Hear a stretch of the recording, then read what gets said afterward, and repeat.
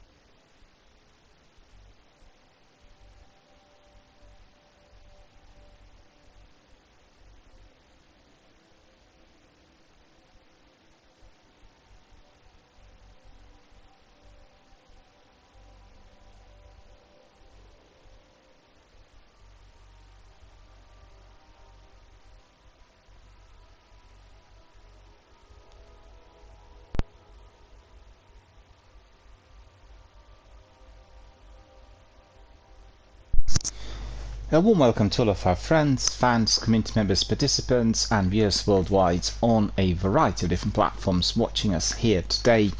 It is Monday the 17th of July of 2023.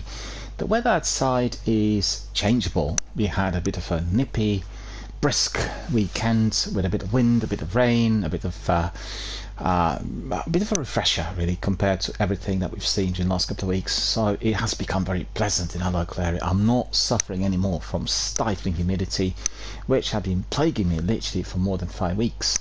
So that's pretty good. And yesterday I went to our neighbouring town in order to get my dinner, which was a very nice Turkish grill that I thoroughly enjoyed. So I had a wonderful day yesterday. Very good weather and nice brisk strolls through nature and through our local nature reserve are always very much available to me. So I always try to combine the indoor activity with a lot of outdoors. And remember that if you're a gamer, if you're an office worker, somebody who does studying or works remotely from somewhere, it is absolutely essential that you are making those 10 to 15,000 footsteps every single day in order to keep really fit, healthy, well, ready for more gaming, ready for more streams, ready for more engagement, ready for more community-based activity. And if you do it every day, and if you do similar to what I tend to be committed to with regular swimming up to 5 times a week, then you will be feeling physically really quite happy, well and content, and always in the zone for what you are supposed to be doing. In fact, I want to say a big thank you to our friend Zenith. Zenith and myself yesterday had a shortish, or I should say a medium length session of Destiny 2, which was not here live on air, and Zenith was teaching me how to do certain things in Destiny 2, and there were some absolutely extraordinary activities. And obviously, as always, I failed to excel with my jumps. I really find jumping very tricky in Destiny 1 and 2, and we were doing a couple of really missions that a couple of tasks that most people are not fully aware of, and that was discovering some secret chests. And in order to find them, you had to be walking through some really difficult terrain, and then through the jumps you would be reaching certain heights, and then after that you'd be walking on pylons and poles and bridges and all sorts. But eventually we completed, and I was very grateful to have picked up some really good weapons, a very good sniper, in fact, that will be of great assistance. Also, we had a kind of a training stroke teaching, coaching session on so-called deep focusing. Deep focusing is something that has been applied to Destiny 2. It's quite complicated, as you've got to be paying a lot of attention to seasonal quests and what you are getting through your seasonal activity, basically your engrams, your rewards, which most people claim straight away, and I did exactly the same. So yesterday we've gone through the other method by which you are collecting lots of engrams. your seasonal content, and then you're applying them to defocusing in order to enhance weapons to a certain level. The trick there is, which I find particularly rewarding, to combine the mods on your Ghost together with what you're getting on your armor, and that combined will be providing you with a perfect outfit to be fairly content with any monsters, any battles, any enemies in any area of the Destiny universe. It is very picky, it does take a bit of time, it does take a bit of planning, but if you're an avid gamer, as obviously Zenith is, I believe Zenith has spent many hours, many thousands of hours in fact, in Destiny 2 during the last 6 years, then that is the sort of activity that makes you really fully satisfied. I don't understand as to why many people are finding the activity in Destiny 2 to be of poor quality or not good enough or a lot worse than what we've seen in the original game. It's just simply very different. We do not have in the original game the capacity to be fine-tuning weapons and armor to such a degree, and one needs to know how to do that. Really, in order to do that, you can either resort to YouTube videos or basically do it with your community members, which always is by far the best. And I'm always recommending it to everyone to do it with their community members, because that is what the game's for. In fact, even an example, I was yesterday playing the game and I had a couple of leftovers from my weekly story missions that come together with the current season, and the final battle in one of them, well, I just say probably in every one of them, is created in order to be tackled by a team, right? So it isn't about yourself excelling as a solo gamer. This is not a solo effort game. If you want to be excelling as a solo gamer, you need to go to PUBG and you play as a solo and you're eliminating all the other guys, and watch Danus Dana D from Latvia, who's one of the best world's players of PUBG, well sponsored and well exposed to many different platforms. She does it every day, and she plays PUBG in the same way as Mbappe and Modric play the football. You know what I mean? It's just that sort of thing.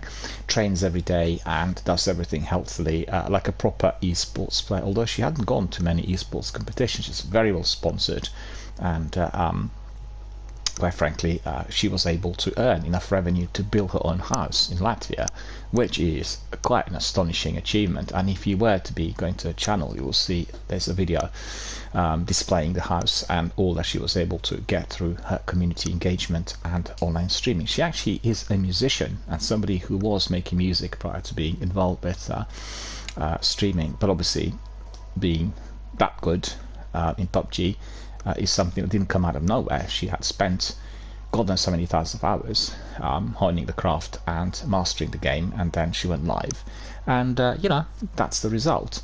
Coming back to it, I want to say that that is a sort of game where you can be excelling as a solo player, because the game's been created to be played either by oneself, i.e. as a solo player, or indeed in small squads, depending on what your preference is. Destiny doesn't have that option. Destiny is very much about joint community based activity in order to know and learn how to do certain things. It's quite astonishing. If you watched our last stream, which was on what day? Or was it one before last? I think it was on Thursday, where our friend Matthias from the US joined us. We've done a secret mission, and I can assure you there are very many Destiny 1 veterans who've never done it. And all they played maybe 5,000 to 10,000 hours of the game. They've never actually gone down that route and discovered that particular section, which would grant you a ghost. You would get it from a secret chest, and then eventually on the reset the following Tuesday you'll be able to pick up a special story mission from Lakshmi.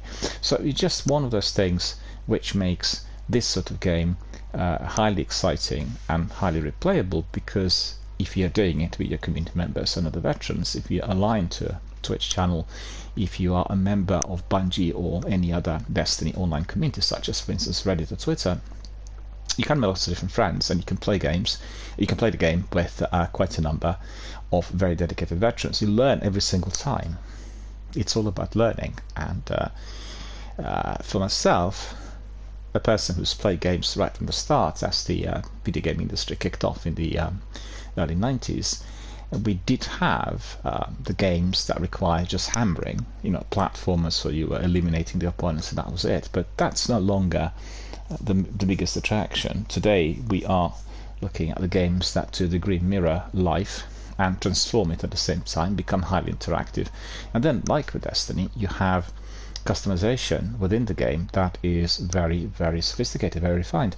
It's very, very much of interest to everyone who is involved in the Destiny universe, and there are only very, very few games that will have the same degree of customization and the same type of versatility. It is all down to the player preference. You don't have to customize anything. You can pick up any weapon, any mod, do whatever you like. But yesterday we were doing it just in a very fine, very professional fashion. We were looking at specific targets, like for instance how to improve the discipline, how to improve resilience, how to improve speed and mobility, as it's called in Destiny. And then I discovered that it was all down to the mods that we were using on the Ghost, combining the mod, the Ghost mod with my armor and making sure that we get really the best possible. So I'm very grateful to Zenith, as he had illuminated me on certain things that I've read, and perhaps accelerated me to do certain approaches that previously I was not paying too much attention to. So Destiny 2 yesterday for myself became a much more interesting, much more fertile game with a lot more scope for learning purely through the community-based content. I mean, Zenith and me played it, and we learned sort of things from each other that I guess many other people I believe had not discovered yet in full. So definitely worth catching up with some very dedicated gamers, and then obviously having the approach where you are learning from the one who knows everything about it. I can't say that I know everything about Destiny 1, but I learned everything that I know through my community members. And as you've seen, during last week we had quite a fertile selection of veterans who were popping in and helping us out, and therefore we were able to learn from them. I think there are gamers who play just one game, or they're dedicated to like one series. You get Assassin's Creed series veterans, and then Call of Duty veterans, you get Battlefield veterans, you get Elder Scrolls, etc. The list just goes on and on. I'm not that sort of gamer. I like versatility. I like playing lots of different games, and I think it's hard to tell how many I played over the years. And I like exploring different worlds, and what I said on Friday was that streaming of the games as provided by PlayStation and Xbox have just revolutionized my way of dealing with it. In the past I would go to CX. CX is Computer Exchange, and that is a second-hand shop selling software and accessories which are gaming and film related, and I would always buy certain games, but there wouldn't be like huge numbers due to the price, and then every game I'd bring in, play back to back, finish it. And so we'd be talking like one game played, maximum two. Like today, we're really spoiled for choice, and therefore you've seen sometimes on my stream that my memory fails me. I can't remember something straight away. My memory is actually very good. I still have it. It's fairly sharp and photographic as far as many different areas are concerned. But with the facts and figures, the trouble I have is an information overload. Like for instance, today I spent like 3 or 4 hours reading the news that come in during the last couple of days, and that really comprised the news coming from the film industry. And you know that at the moment in America there are huge strikes which have been initiated by the actors unions, and the whole industry is completely paralyzed. So a lot of information related to what's happening within that field. And then I had quite a few news coming in from the video game industry, one of the biggest which is of course the one related to Activision and the FTC court case that ended last week, where in fact it looked like Activision and Microsoft were going to be able to proceed successfully with the merger. And there were other things coming in yesterday in particular from Sony in response to what's happened on Thursday and Friday. So anyway, cut it so short, I became really completely snowed under with facts and figures and everything that is news related. Therefore sometimes I get these kinds of blocks, but it happens to everyone. I don't really plan everything on paper when I do my streams. I got like sometimes a skeleton on what I will be discussing. If we are having a themed session, so we're looking at, I'll actually write down sometimes questions from my participants and the emails that would have come in from the viewers, which in fact have been coming in fairly large numbers of late, so I'm very, very pleased. And coming back to it, I prefer, what I like about broadcasting, what I like about Twitch streams is that degree of interactivity and spontaneity.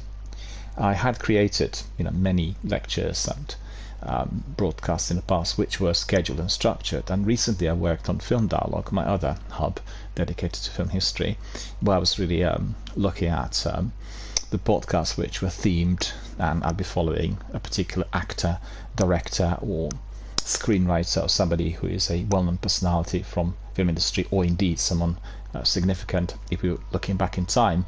And it's not the same thing. You prepare it, it's a bit like a radio program on BBC where you create a portrait, a biography of the actor, you throw in a bit of music, a few clips of dialogue, and then you talk and you follow the script. Doesn't have this degree of interactivity, and I think the most fertile, the most pertinent aspect of video gaming industry of today is exactly in that field. It's all about connecting, it's all about interactivity. And coming back to that, once again, thanks to Zenith for our session, which in fact did last a bit longer than expected. I was just simply trying to, or intending to wrap up a few of my story missions, which indeed we had completed, and then we looked at these other customization bits which are extremely useful, and the whole session stretched until about 1 in the morning, so a bit later than usual for me to go to bed. Slept really very well, had a very good day, had a very good dinner, had a very good walk. I can't really complain. It was raining quite a bit earlier in the day, so I couldn't really go out as usual, and I missed out on my session with the local residents who meet in our local church, which is the oldest building here in our county. It's been there since the 9th century, and they call it the Old Norman Church, but I'm not 100% sure whether it is or not, so don't quite know this. And we meet there every Sunday, but yesterday I gave it a miss because it was raining, it was very windy, so I didn't really fancy getting completely drenched. Okay, so coming back to what? I lost the thread of my thought. No, I just want to say thanks to Zenith for providing us with this customization. So I want to ask our friends and viewers and people watching the stream, if you're keen on having Destiny 2 tutorials, we can schedule such sessions here and deliver them for the viewers, but I will have to have some hands raised to know exactly who's going to be watching. So between half dozen people wanting to learn about these specifications, then Zenith and me can organize it. I can bring in maybe some other people, like for instance Flying Pirates, who have been just playing Destiny literally right from the start, and they will know everything but every single detail, and we get a crowd of people asking questions or wanting to learn, or actually wants to play together with them live online in order to learn, which is always the best, like a live kind of a live online tutorial, right, where you go in and you do your own walkthrough together with the tutor and you learn all about it, which is actually always the best way to learn. And like Zeni said to me yesterday, it's been like an information overload with everything that I can be doing as far as deep focusing is concerned. But I said I did actually soak up the vast majority of the things said, and I will be able to remember, particularly when I go back in and start sort of combining different bits of armor and the ghost and everything else. I'll get to it, and I'm quite confident that it will all work, and it will be definitely as good as we want it to be. So if anybody wants to have such tutorials which are not part of Destiny 1, then definitely ping me a message and we'll schedule a special session. So it won't be the regular sort of broadcast. We'll have a special tutorial for everyone who wants to learn. What I'm trying to do is also create a closer knit community of our participants and viewers, and I think I probably will do that on Discord.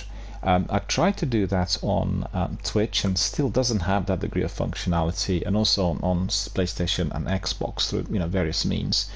But Discord does have this immediate connectivity. It's a bit like a WhatsApp group, and you can build everything on it. Obviously I have it, and I've had a very high level of interactivity with my Warzone sessions, but we didn't really connect that much with the Destiny universe on it. So I will actually ask everyone who is on Discord to connect with mine, or send me the invites to basically put together on my list, and then we can communicate through Discord in order to schedule and plan things, which is always the very best thing to do. it is public for those people who are within the group, but it's not public for the rest of the world. And we can plan certain sessions, and I can obviously advertise them on Twitter in order to get them right, in order for us to get the timing and the participation right. Because obviously doing a session with maybe more than a dozen participants who are learning and queuing up to come in is very interesting for everyone to watch on playback as well. They'd be able to learn from that. So all of that altogether is definitely something that we are going to be doing. I said to Zenith yesterday, as I play Destiny for I don't know how many hours, I wouldn't like to say, but very many. I've had very many hours spent here live online with the game. I also want to be having that degree of diversity for myself, and there is not that much that I can be doing, although there are still bits and pieces for all of my characters here in the original game, compared to the sequel. The sequel has always something to do every single week. So, I originally thought maybe I'll throw in a couple of sessions of Destiny 2 during the week, but then on the other hand, I'm not getting the same kind of audience and the same sort of traffic. And I've just had a look on the stats, and we've had, let me think, we've had a very large number of people popping in. So really the passing traffic on the channel has been anything between maybe 120 and maybe 500 people having a look and taking something away from the broadcast. The broadcasts are fairly lengthy, so people don't stay for too long if they're doing other things, unless they obviously want to talk and communicate or even come in to play live.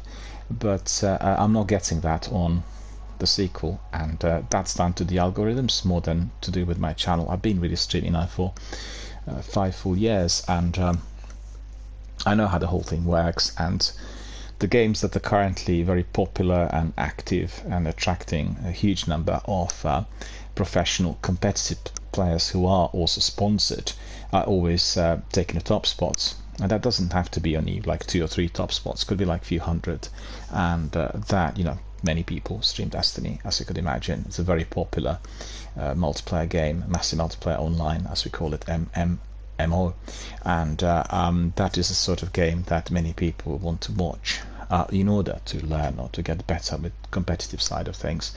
And there's plenty of corners in the sequel through which you can be competing. In fact, we talked with Matthias the other day when he was here with us about the competitive elements of Destiny 1, and how, for instance, within the first few years after the Taken King was introduced, it was all about what kit you were getting and how quickly you were able to get it and where from, and the replayability of certain activities such as raids and nightfall strikes and Sivas was tied in with a different loot being dropped every single time, and you never knew what sort of loot you would be getting, meaning you would have to replay the whole activity in order to pick something up, and then a bit like a Santa Claus or St. Nicholas popping up and giving you some gifts. You never know what's going to be in the bag.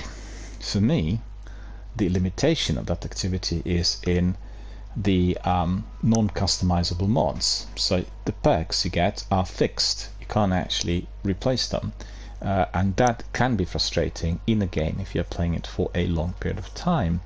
I don't enjoy playing the same activity a million times if we do not have a variety of different teams fully on board.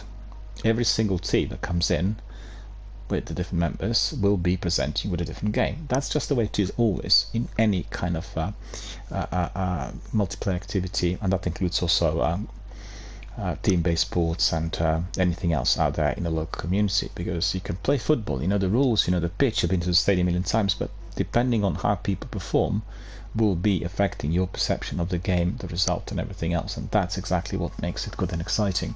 So as I said, I find the system in the sequel to be very, very good as far as the customization is concerned. I can't actually think of any other game that would have that many different options, and I discovered yesterday, for instance, instead of discharging and dismantling some of the loot that I considered necessary, because there's so many different types of weapons and armor you can pick up in the sequel, you really can be using them for something very useful and substantial, and that is deep focusing. And with deep focusing, you can create unbelievable pieces of armor. So I have to say, I've not been able to post today the armor that Zenith has sent me, the armor that he has on his Titan, but when you see that, you will be absolutely in awe, first of all, of the visuals, the way this armor looks. It looks like a kind of character you do not want to meet anywhere if you are his enemy. Looks so mighty. And in addition to that, when you look at the stats and look at the mods, it's literally leveled up to the very top, hitting the ceiling in terms of all the abilities. So that is certainly very, very important, and I will share that with you later today. What happened to me before I started my stream was I wanted a very quick check on the Twitch settings, and I know that they've been updating a few things and changing, so I wanted to just have a very good rundown on all that has been introduced to Twitch on my PC. In actual fact, it did take me a little longer than expected as I discovered certain things that had to be adjusted. So I changed a few things, and I want to say to everyone, the first thing you need to consider is the actual viewing hours. So if you are watching my stream frequently, you will be generating so-called channel points, and I today had created some rewards, which are basically the custom-made icons for everyone who is reaching some of those targets. So if you're a regular member watching my channel on a regular basis, you are going to be able to pick up these as a reward. I also have been looking at quite a variety of different things in order to make channel very interactive. One of them is connecting my channel and what we do here with the Elder Scrolls world, and the scheme which they have that is giving you some sort of benefit if you're watching the channel, which is basically the official Elder Scrolls Online on Twitch. And I still not really don't understand fully what the benefits are going to be, but I'll explore that in depth. I had set it up today before this stream, and then if you are to be watching it on Elder Scrolls Online, which I consider to be a very similar universe to what we have here, so this also was the game that I considered streaming here permanently together with Destiny, because of its versatility, big open world, its longevity, and the characters, and just most importantly because of its very high quality community-based content.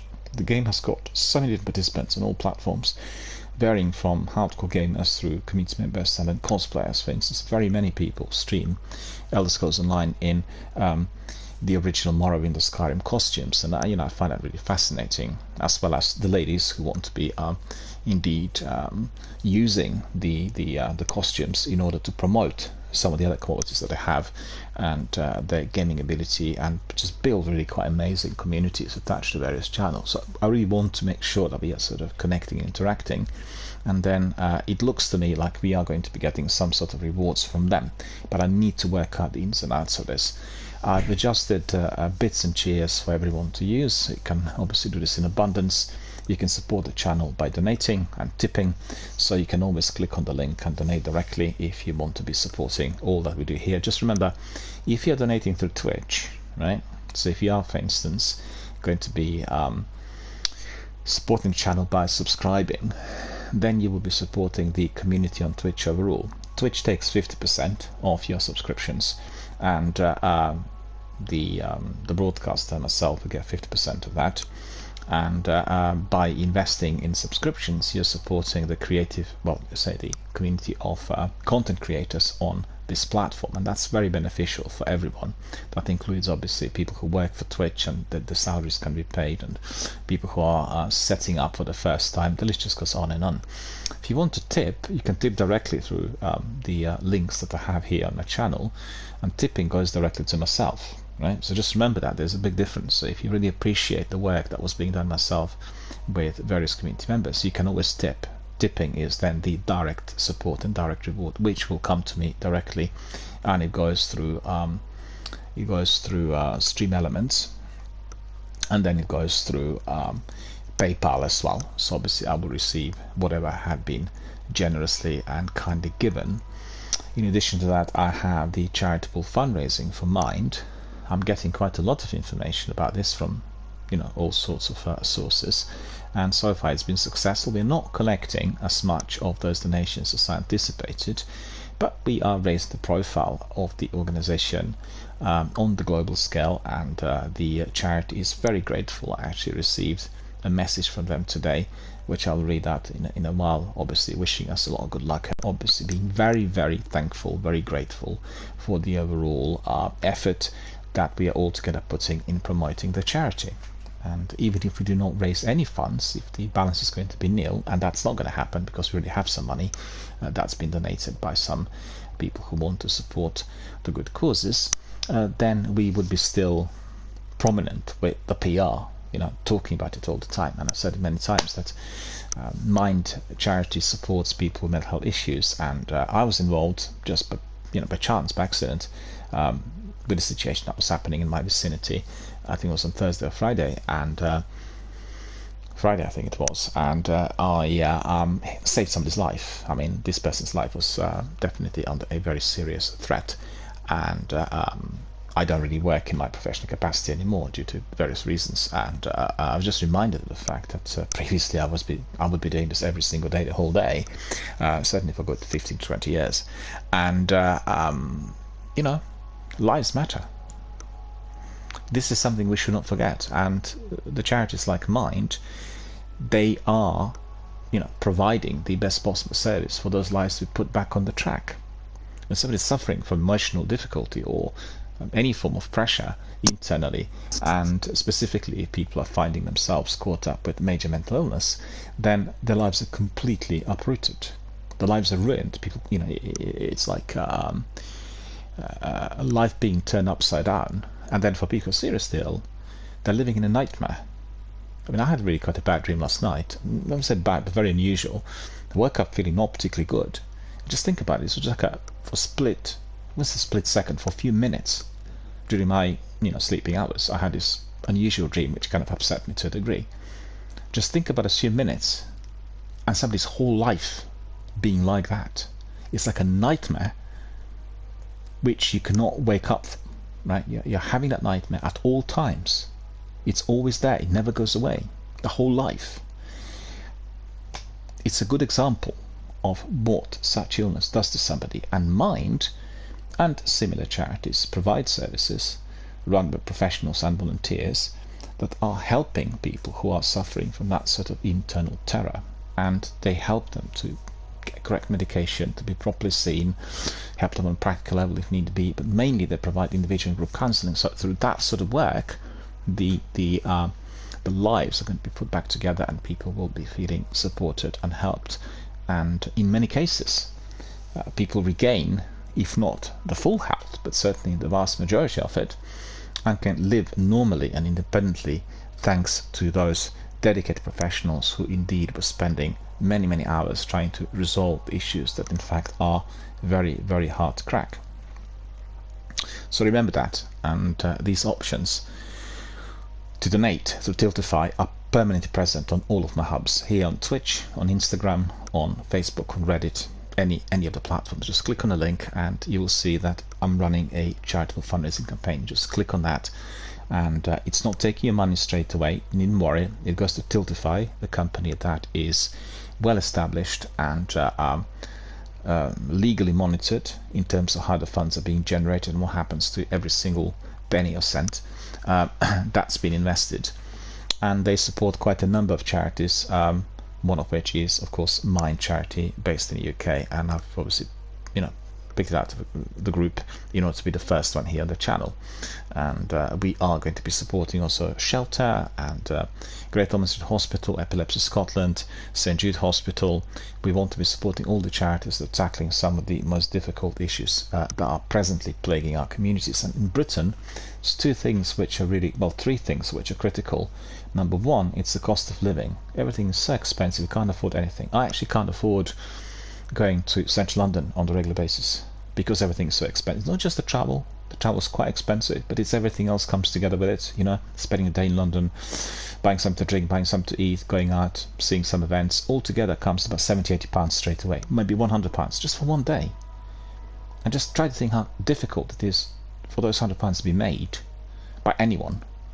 So we're living in very, very different times, and I do not recall in my lifetime, and I talk to some older people, they also do not recall the situation that is at any other stage in our living memory but during the Second World War.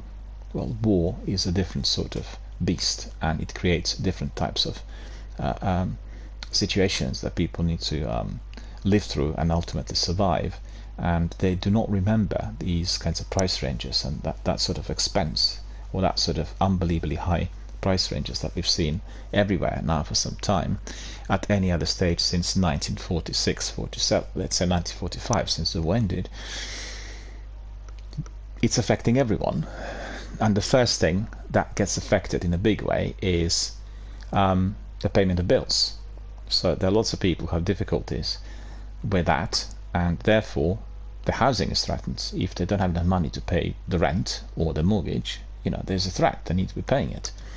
And that can lead then to severe emotional difficulties and pressures, people feeling really completely distraught, under the weather. Eventually this carries on, people become quite mentally unwell, they require antidepressants, they require additional psychological services. So all these things are connected, and there's a huge demand for such services in Britain. And I've got to say, as a senior professional who worked in that field for many years, that we've had some of the best services in the world. Like when I was starting out, the services were incredible. They had lots of problems. The problems were always present in the services, but we've had a variety on offer. These services were operating, the services were accessible. People could go to them and use these services in order to get better. Today, they've been downsized massively, and the way they're delivered is completely different compared to the past. We don't have any more halfway houses, we don't have any more therapeutic communities, we don't have any more the places where people can live together, share the grief, and get supported by specialist teams in the same way. There are some alternatives which allegedly are created in order for people to gain their independence and be up to scratch with some modern way of living. Nonsense. This is just completely wrong.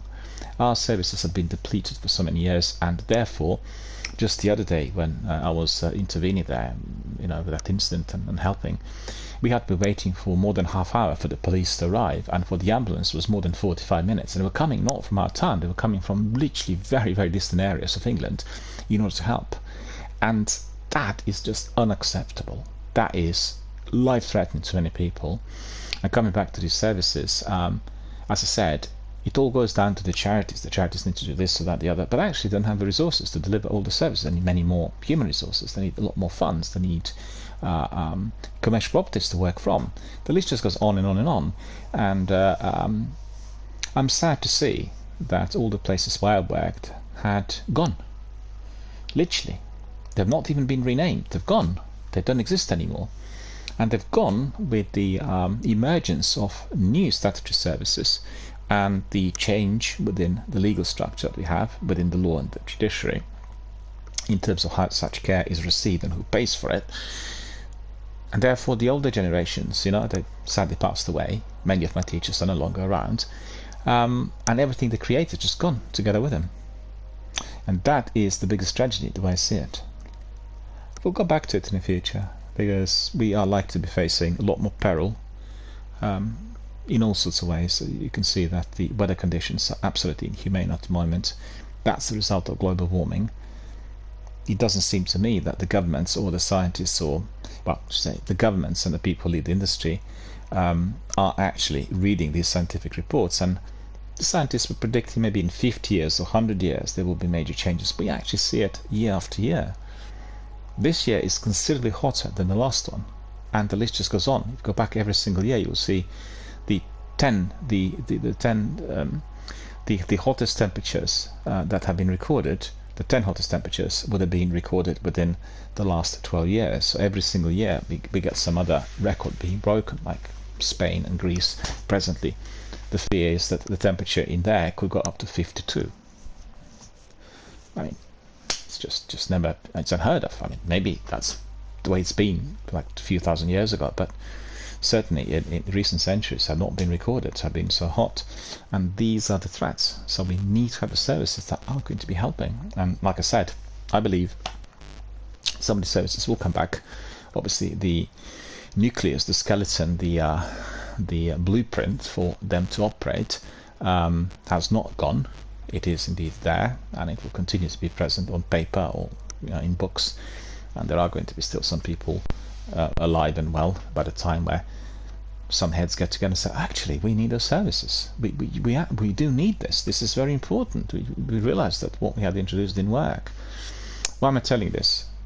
Because the public awareness is at its lowest ever.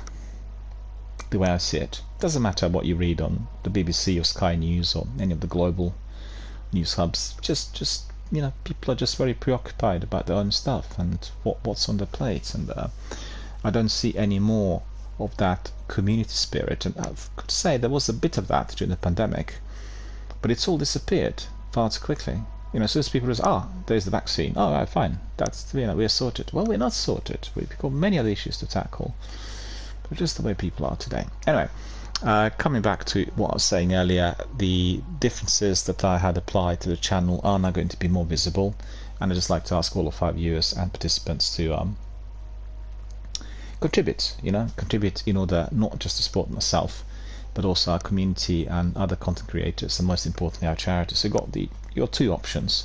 One is by donating to Tiltify, and that will go to mine directly, or indeed you can be tipping and supporting this channel, myself and my community through the links which are provided. So just make sure that you have a look and help us, because all we do will be dependent on your support, and very grateful to all that's been received so far. But I want to be just always raising the bar in terms of the content, the quality, all that we do here. We want to be having it more connected to some of these serious issues.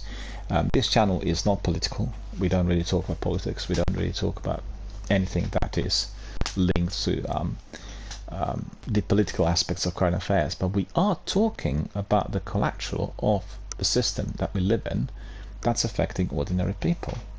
And all I described is basically the needs of the ordinary people, and not just ordinary, extraordinary people who are well known.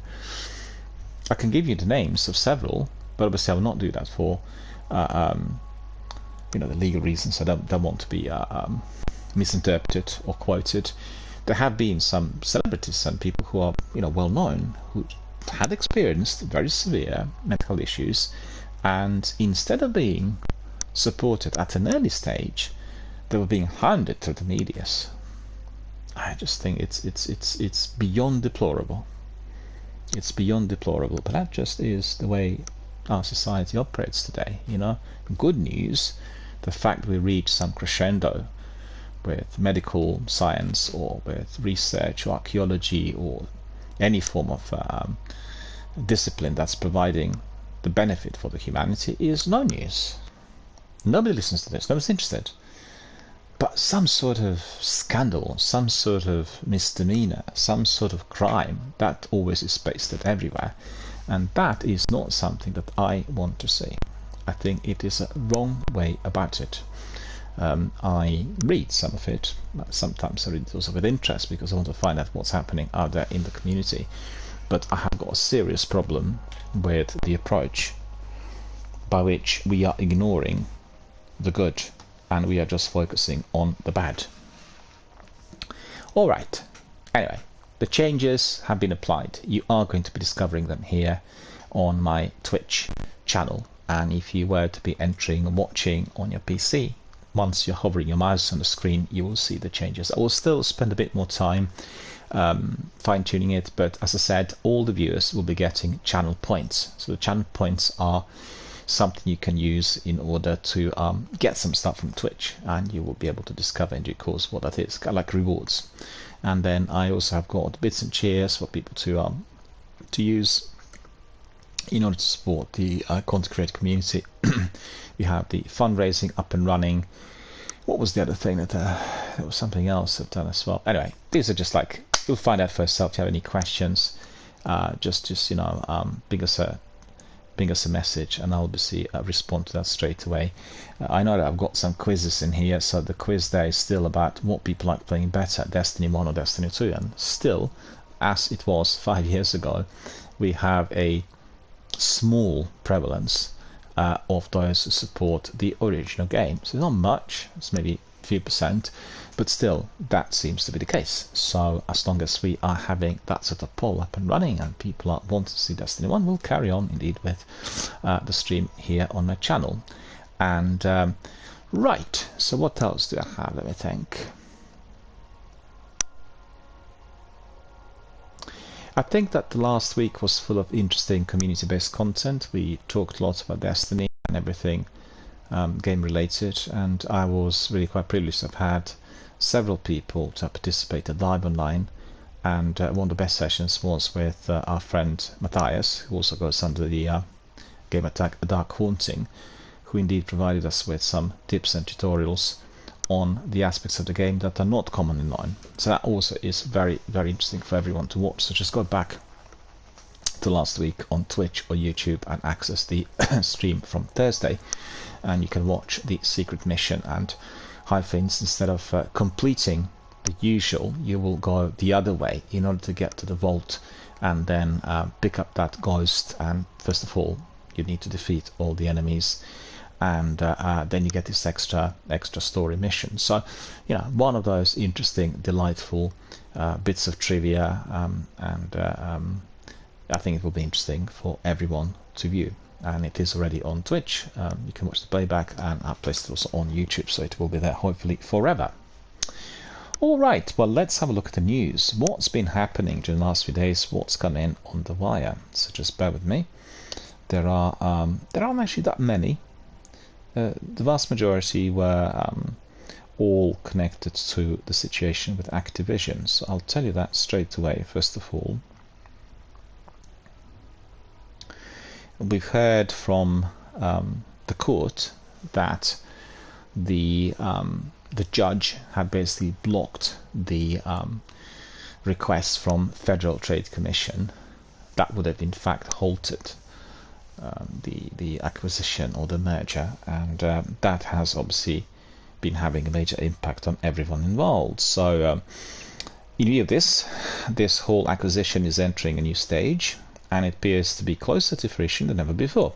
So Microsoft's attempt to acquire Activision Blizzard may end up being successful after all, according to the latest updates on the deal. So this news is coming from GameRant, and we are having some information really described there. Through the American Federal Trade Commission has been trying to grind progress on the acquisition to halt for over a year now. Things are looking up for the deal at long last, with the affected companies now apparently set for closure. I just realized that my internet here is not switched on as it should be. Okay, we have here Sony finally signed a Call of Duty deal with Microsoft. So that is, in fact, almost like an admission of defeat or loss. They would have not done that before Thursday or Friday of last week, and this was after a lengthy period of legal exchanges on the matter. And it seems that barring the UK's CMA opposition, all the major legal and commercial hurdles have been cleared for the deal to go through. Unless something major comes up in a very short order, it seems incredibly likely that Microsoft will be the new owner of Activision Blizzard, giving Xbox a huge boom, in IPs. And quite frankly, there have been lots of speculations during the last few days. I listened to the Unlocked podcast on Friday, and there was quite a selection of people there who were debating on what might be now popping up on Xbox Game Pass. Well, these are speculations, but it's very likely that the games like World of Warcraft and Diablo will spring up together with Call of Duty series. So I'm very excited. I have Diablo on Xbox in any case, but it is going to be made accessible to many people who were not in position to buy the game. And according to the contract, Microsoft and Activision Blizzard must close the deal by Tuesday, and that is the July the 18th. So that in fact is tomorrow. If the deal is not completed by that date, even if due to third-party antitrust concerns, Microsoft will be required to pay Activision Blizzard a $3 billion fee unless both parties agree to extend the deadline. So this means that the deal is now on the fast track to completion if everything goes well. While the acquisition isn't yet absolutely certain to close, the good news for Microsoft and Activision Blizzard is that a federal judge recently prevented the FTC from blocking the deal. So now that Sony is somewhat on board with the acquisition too, it seems like most major detractors have grown more agreeable with the idea of Microsoft owning Activision Blizzard. So Sony's big concern has been about Call of Duty, But in addition to that, I listened to the CEO who said, well, it's not just about Call of Duty, it's about a long-term plan to be dominating the market. So it's like a 20-30 year plan, the way they see it, or even longer than that. And quite frankly, Microsoft have the hardware, and that will be the the bottom line. As they have the hardware, if they come up with sound policies and strategies that will be supporting that direction, i.e. them being the main force within the video game markets, then it will be very, very difficult to stop. And I think eventually they may have in the US the regulator stepping in and then changing a few things around. I talked on Friday, I think, about the similarity between what's happening within the video game industry and what we had with Hollywood in the early 1930s. It did take about 15 years before the government in the US had taken steps in order to dismantle the system that was creating a very non-competitive environment for others to progress. For all of you who are familiar with film history, you'll recall that there were about 6 or 8 studios that dominated the market, and they came up with mutual deals, and they didn't just control the market, they had the overall ownership of production of films. That included having actors and directors on contracts for the studio, which meant they couldn't really go anywhere unless they worked for the studio or the studio allowed them to work for someone else. 7-year contracts at a time. The second thing was the distribution of the films was also run by the studios, so it's a complete monopoly of production distribution. On top of that, they actually owned picture palaces and the exhibitors section of the industry. So if you had a film like Warner Brothers, they go to Warner Brothers cinemas, and they wouldn't screen these films in MGM or RKO cinemas. So that was then dismantled in, I think it was 1946 or 7, immediately after the war, to which that was no longer possible, as the industry would just stifle and become completely dominated by very, very few players. And I think that is likely to be happening in the video game industry as well, if the big cheese buying of the small companies and buying everything in markets is to be continuing. So that's my predicament. At the moment, this is neither possible nor necessary, but it will happen in due course. And I think the companies like Microsoft will have to consider this. At the end of the day, they'll have to come up with some sort of plan to which things are going to be shared somewhat, and we just need to wait and see. Anyway, that is basically what we've heard from Game Rant in relation to the Activision Blizzard acquisition. So let's have a look. There was a bit more. Yeah, Tom Warren has given us this article on the agreement that Sony had indeed struck with Microsoft, and they actually did sign a Microsoft deal. So we are getting this from Tom Warren. He writes for The Verge. Sony has agreed to a 10-year deal for Call of Duty with Microsoft to keep the franchise on PlayStation after the proposed Activision Blizzard acquisition. Microsoft Gaming CEO Phil Spencer says Sony and Microsoft have agreed to a binding agreement to keep Call of Duty on PlayStation, and this ends a bitter battle between the companies that's been waged both privately and publicly over the past year, after Microsoft announced its proposed acquisition of Activision Blizzard in January of 2022. So while Microsoft's initial announcement does not mention 10 years for Call of Duty on PlayStation, Kari Perez, head of global communications at Xbox, confirmed the 10-year commitment to The Verge. So it's to this magazine. Perez later confirmed to The Verge that the deal is only for this particular series, and that's Call of Duty, nothing else. That makes the deal similar to a 10-year agreement between Microsoft and Nintendo, but not the various deals Microsoft actually has struck with Nvidia and other cloud gaming platforms to bring Call of Duty and other Xbox Activision games to rival services. Well, Microsoft own the cloud network, and therefore they will always have a much greater muscle. It's the same like in Britain. You have the BT being the owners of the overall telecom infrastructure. They actually own it. All the landlines are basically owned by the British Telecom, so obviously they can be having a lot more muscle in terms of what they're offering to the third parties and what types of deals they come up with than anybody else. It's plain logic, and it's obviously well deserved. The only difficulty there is that they become too unreasonable if the prices are too high, therefore creating serious problems for the customers and for the markets.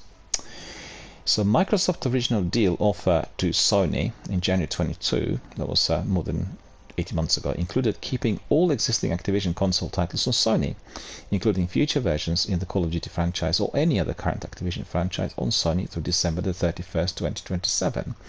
The deal terms have clearly changed since that opening offer, with an extension to 10 years that is limited to just Call of Duty.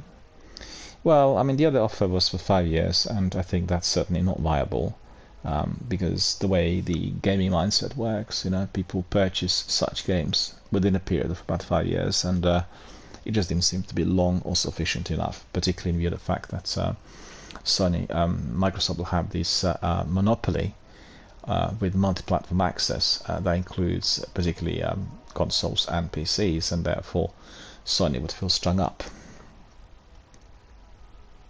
So they resisted signing a Call of Duty deal with Microsoft after the company first offered a 10-year contract in December 22. Instead, in filings to regulators, Sony has repeatedly maintained that it fears Microsoft could make Call of Duty exclusive to Xbox, or even attempt to sabotage the PlayStation versions of the game. Well, that's always a possibility, with competitors, because if things go south and you suddenly have huge hole in the coffers, then they'll come up with something. Can't be easily predicted, but we got to have a system and regulators that are making it as fair as possible. Okay, so we've seen all of this, and that's really the biggest news that we've had during the weekend. The third big bombshell that hit me on Friday was the news about Larry Hryb, Major Nelson, departing from Xbox after more than 20 years of service. And I can't imagine anything Xbox related without Larry. He's just been like an avatar, like a mascot, like an icon of everything that's been connected to Xbox PR right from the start. So I don't know what's happened, and I'm still slightly worried. The departure is very sudden, although he stated in his the news he presented on Twitter and elsewhere indicated that he wanted to spend more time with his family and considering another career move. I mean, he is a chap in his mid-60s, evidently spent more than 20 years with Microsoft and Xbox. But I had no flavour of his departure prior to this announcement on Friday, and I'm actually really worried. I really think he is one of the most successful broadcasters from within the industry who had influenced the way things were presented over many years, and I certainly would have not heard of certain games, perhaps wouldn't have played certain titles had it not been down to him. And it's the approach. He kind of reminds me of Robert Osborne, who was the presenter on DCM, a sort of all-out great guy who is always friendly, always amicable, always interested in that degree of community interactivity, and always presenting with something that was enjoyable, happiness inducing and fair and square. And I just can't imagine the whole section in there operating without him. I honestly can't, and I'm really totally heartbroken. I did see that recently the podcasts were less frequent, so I did have a worry that perhaps this was an indication, and also with the inclusion of some of the much younger members who were assisting him during the last 6 months or so. I mean, the podcast and This Week on Xbox are going to be left in certainly very good hands, but he represents history, and his departure will just change the perspective on all that is being offered and done. Maybe they'll change the concept, maybe they'll come up with some other systems, I'm not sure, but I'm quite certain that Mr. Hryb would have been more than able to adapt and adjust to whatever was coming in. So I don't really know. We'll see, obviously, as the time goes by, what the score is going to be as far as his position in the industry is concerned, whether he will do something else outside of Microsoft. You never know. And certainly being at the very top of the PR, he had been so greatly appreciated and loved by so many different gamers and industry professionals worldwide. So his departure is sudden, unexpected, and I could say heartbreaking. So we have some other news coming in here. We have some recommendations on Android games which you can download and play offline. So I was quite curious about this. I wants to see what these games would be like, because the vast majority of people enjoy playing the games that are connected to live service. But in here, and we're getting this list from Games Radar, we have the list of 10. So these are the best Android games, and I've seen some of them and I played some of them on Xbox. So Altus Odyssey is one of them. So it's a sort of, you got a sandboard over countless hills and ramps and backflipping over gorges, leaping between grinds and temperatures. It's a very enjoyable game and beautifully designed and ideally played on a bigger screen, but obviously you can do it on your Android as well. Minecraft is the other, cross-platform, one of the most popular games on the planet, and Oxenfree. I've got to say, Oxenfree I really liked. The sequel didn't have such good response, but the original game was truly delightful and most highly recommended to everyone. If you have your Android, just click on Google Play and just get it downloaded straight away. You really enjoy it. It's very mysterious. They sort of all get landed. It's the 1980s teenagers, and they end up at some weird island, and there are all kinds of mysteries in there which they are discovering and trying to survive, but in a very hostile environment. So definitely a very, very good game. Highly recommended. That's Oxenfree. And then you have Her Story. Her Story is my kind of game because it's about the police investigation of a murder suspect, and you literally conduct the whole investigation and do everything in there. So I'm very, very curious to see how this would work. And just bear with me a second. I just picked up some messages on Discord related to my stream. Yeah, so we'll definitely, I'll actually download this game. I want to see what the game's like, and Games Radar said, we'd actively advise against playing this with a friend or with someone looking over your shoulder. It's not just her story. Brilliantly acted murder suspect Hannah Smith, who spends the whole game being interviewed by the police, but it's your story in that you decide the order of the clips based on the keywords you search for. Well, that seems to be a new concept. I've seen several games of late. One of them is presently live and active on the Game Pass, and the other, called Telling Lies, are played very, very similar, and you need to be choosing the right sequence in order to get the bits of puzzle together. So if you like that sort of puzzler stroke murder mystery, that is going to be definitely up your alley. And then you have Mini Metro. So that's obviously to do with Metro, and you're, I guess, conducting a journey, and it's like a transport planner. Anyone who is living in a global capital such as New York or London or Paris will tell you that game will be very enjoyable when you actually travel, because you are going to be traveling and you'll feel more in control of what you are being given by the public transportation services. Stardew Valley is number 5. Lots of people play it. I have to say I've not tried it, but it's a sort of it's the best mobile farming game according to many people, and anyone who's interested definitely needs to have a look. Hidden Folks, and it's Where's Wally Waldo, but on your phone, and better than the original because every picture will be in motion. Monument Valley is the other. Lots of people played it. The Room is the best puzzle series on Android. 4 games, each crammed with unique objects that demand you twist, pull and flick them into the shape until you work out how to progress. Sounds tricky, but at the same time quite interesting. 80 Days. This is apparently mobile masterpiece and feels as relevant and rich today as it did when it came out about 5 years ago. And you're playing Passepartout, a valet to Phileas Fogg, and then you're guiding your employer around the world against the clock. So that's very interesting. Definitely, I put it on my Facebook, the link, and I'll be definitely checking out the game and the downloading. As I said, I'll download 80 Days and download The Room.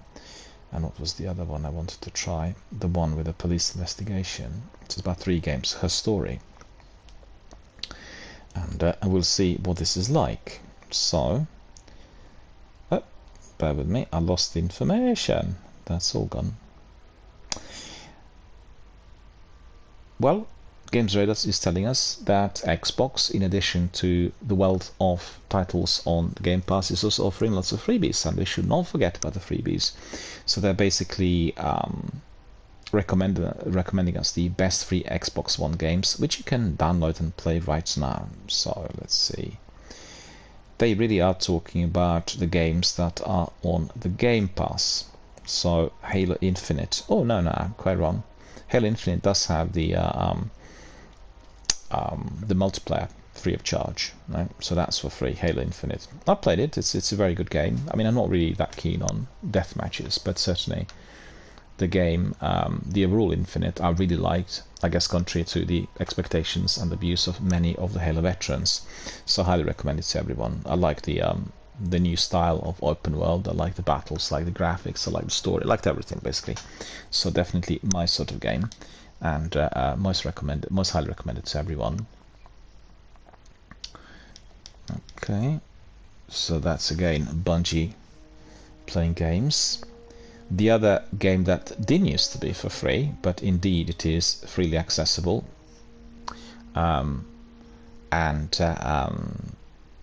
free of charge, is PUBG Battlegrounds, one of the most popular shooters on the planet. And I told you about Dana Danusdi, and if you're wondering what PUBG is about, just go to Twitch, on the search put Danusdi PUBG, and you will get, or if you put PUBG, it should pop up probably as one of the biggest streamers straight away, and you can have a look and learn about the game.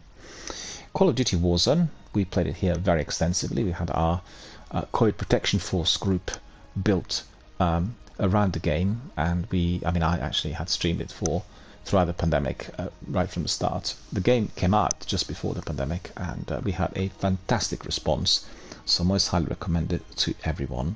And a wonderful game, really. I really like the old map, the first map of Verdansk, the best compared to everything else. Just urge the developer to bring the map back so we can, go back and play the game like we used to. Destiny 2 New Light, free of charge. Well, that is true. We have quite a lot of content offered free of charge, and if you're a streamer, you really want to be buying the DLCs and all other expansions and content, because obviously on the freebie you are going to be having restricted access to some of the most popular activities. But the best way to experience Destiny is by trying the freebie and deciding for yourself, and sometimes also watching some other people's videos and streams. Rocket League also free of charge now, so that's pretty good. Fortnite free of charge. Apex Legends, another game we played here quite extensively, a wonderful game. I think Apex for me at the moment is probably but maybe not the best shooter, but definitely the most enjoyable. It's the funniest and most laid back, and providing us with a lot of entertainment and fun for everyone. Roblox, Sekapupu's playing Roblox. He talked a lot about it, but I've never tried it. Fallout Shelter, another freebie, which I tried and definitely is a very, very good game. Paladins, it's a fighting game for anyone who's interested. Warframe, similar to Destiny, a lengthy grind. Multiversus, not tried the game. Smite, another fighting game. Dead or Alive 5, last round. Core Fighters, free of charge. Killer Instinct, free of charge. And that's the end of the list. So plenty for you to choose from. All of them are indeed very, very good. Star Wars Outlaw takes you into the criminal underworld populating the Outer Rim. So we know a bit more about what is to follow. So this is the first ever open world Star Wars game in development at Ubisoft Massive. Massive had developed The Division, so remember that. So it may be similar in concept to what we've seen with that wonderful, wonderful game. Star Wars Outlaws looks absolutely phenomenal in development at Ubisoft Massive. This is the first ever open world Star Wars game, with Outlaws designed to take you into the criminal underworld populating the Outer Rim. After our first look at the gameplay, Outlaws is undoubtedly our most anticipated of the upcoming Star Wars games. What am I saying? So in Star Wars Outlaws, you'll take on the role of Key Vess, or was it called K? So I'm not 100% sure. It does look like Key. Guiding the scoundrel in third person through a broad action adventure experience. The key objective is to survive, although she also has a sight set on pulling off the greatest heist the Outer Rim has ever seen. The original story is set between The Empire Strikes Back and Return of the Jedi, and is due to arrive in 2024 at some point. While you wait, keep reading to find everything we know about Ubisoft's Star Wars game so far. So, Star Wars Atlas will be released for PC, PS5 and Xbox Series X and S. So, we've not heard anything whether the game will be ultimately coming to the Game Pass. Well, I thought we did. I thought we did hear that there is going to be a release on Game Pass, but on the other hand, it could be that they'll offer it through Ubisoft Plus, you know, and therefore you need to pay extra 16 or 17 pounds for that subscription, as the Ubisoft Plus does have the games which are considered to be the very best of Ubisoft. So this is for the first time in the Star Wars game that we have the open world type of setting, and the game takes place, as I said, between The Empire Strikes Back and Return of the Jedi, and just trying to really, they're just going over the same facts. We don't really know all that much, and anyone who's watched the presentation during the Ubisoft Connect, i.e. the Summer Game Festival, would have seen all of that, and don't want to bore you with this. So we heard about the character. Nah, we'll just go back. We're not getting any other information about this, basically, and that's where the trouble is. PlayStation may be now losing several historic franchises that have been traditionally associated with it, and I think that's all linked to the acquisition of Activision. So future Activision games outside of Call of Duty may not be coming to PS5, and Crash Bandicoot and Spyro fans can get their heads around the news. So again, that's connected to the FTC case.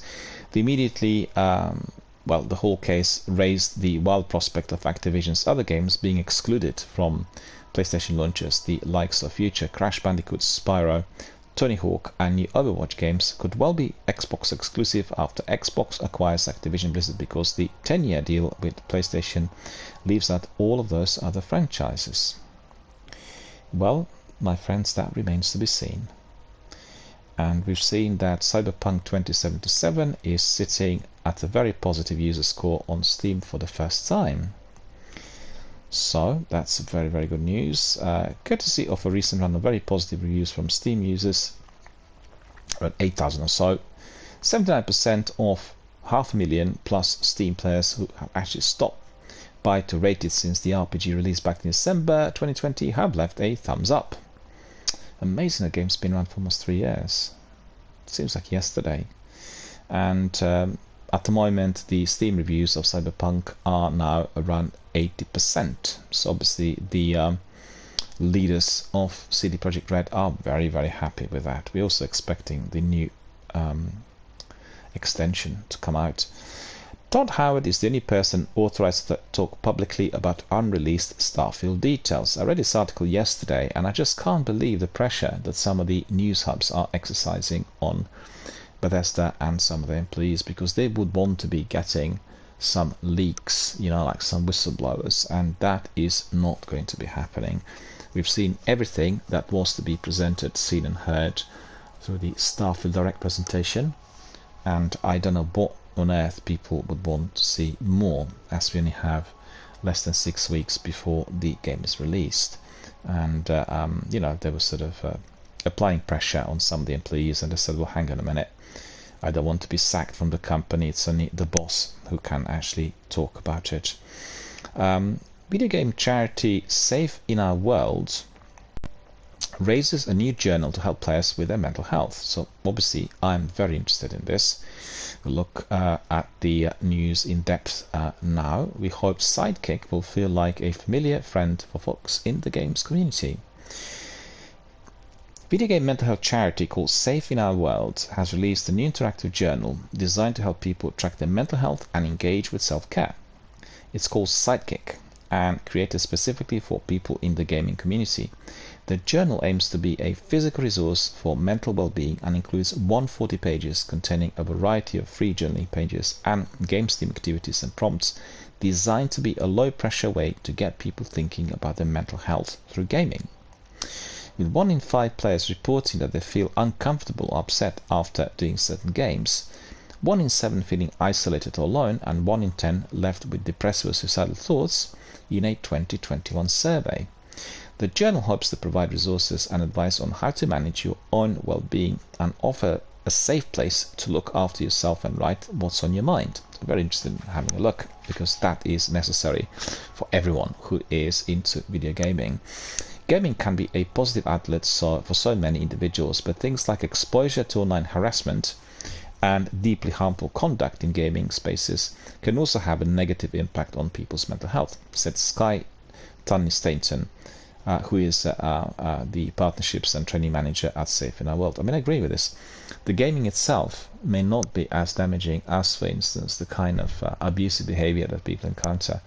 And as you know, on this channel, I have absolutely zero tolerance towards any of this, and I get almost none of it at any time for obvious reasons. But you know, these predators will try to find an easy prey. They'll look for somebody who is younger, less experienced, who's not familiar with the legal system, the judiciary, the police, the law, and they will just let rip.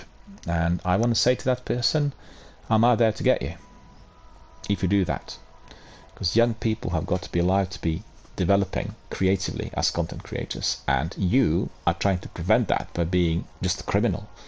And I absolutely support the US system, to which the penitentiaries are extremely harsh, because at the end of the day, if you live in a country that gives you the greatest liberty on earth to do different things, and if you are abusing those things just because you want to be a criminal, you want to be having quick access to cash, whilst other people work extremely hard every single day for sort of 40, 50 years of their lives, well, you've got to be taught a lesson. And harassing somebody online is no different.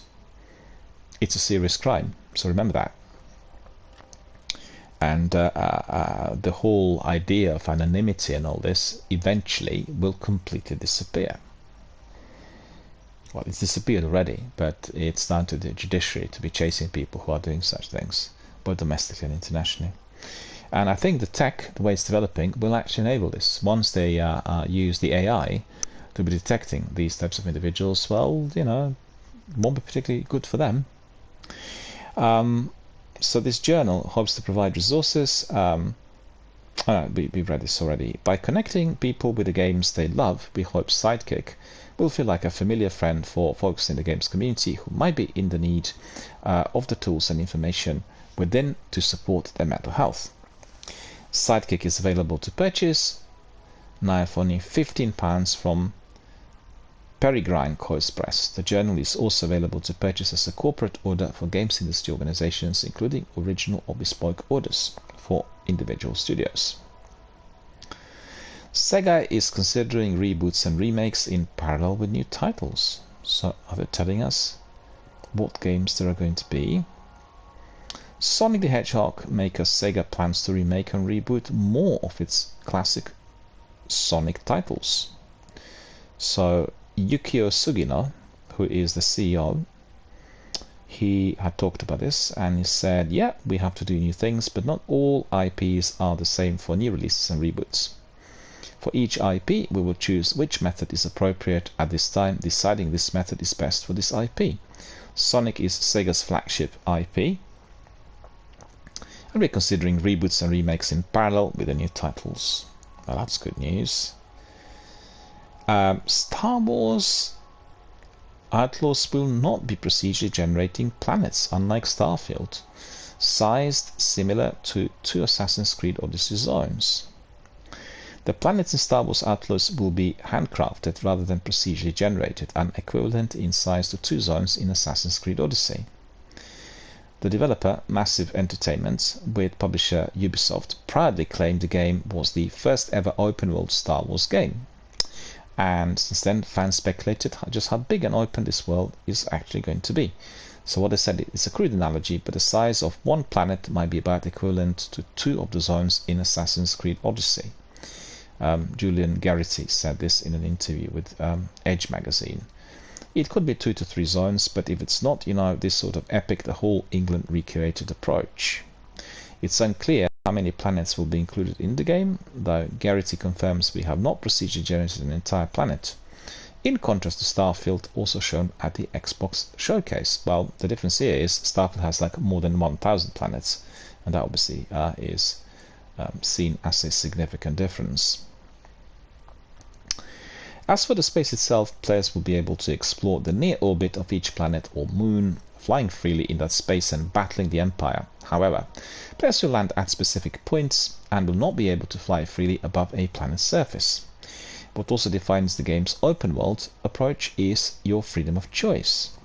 The demo shown at the Ubisoft showcase includes lead character Vess choosing whether or not to bribe an Imperial officer. Players can also explore areas through combat or stealth. So that's quite good. It's obviously very influenced by the classic 1970s films, and also various kind of bits of itinerary there, game technology, design, you name it. And they really want that retro element to be present, and that's the way they're creating it today. I think we probably end on, let me just see. Oh, I first of all want to congratulate Katarina Macedo on her marriage. Katarina Macedo is the project lead of Destiny 2 expansions at Bungie, and she also worked previously at Riot Games and Xbox. So, you know, she has talked quite a lot about Destiny on some of the vidocs, and we have seen her also during the presentation that Xbox had during the Jeff Keighley's Summer Game Fest, and she's married now, so it was a big event for her. We want to congratulate her. We want the marriage to be, you know, long and a very happy one. We want her work to be excelling, as we've seen over the years. And Zenith and me talked yesterday about the seasons. I personally feel that the last 2 seasons were the best. Like, as far as I'm concerned, the seasons for my liking, because everything happening in the seasonal content was really blending in with the story, missions, and the original narrative.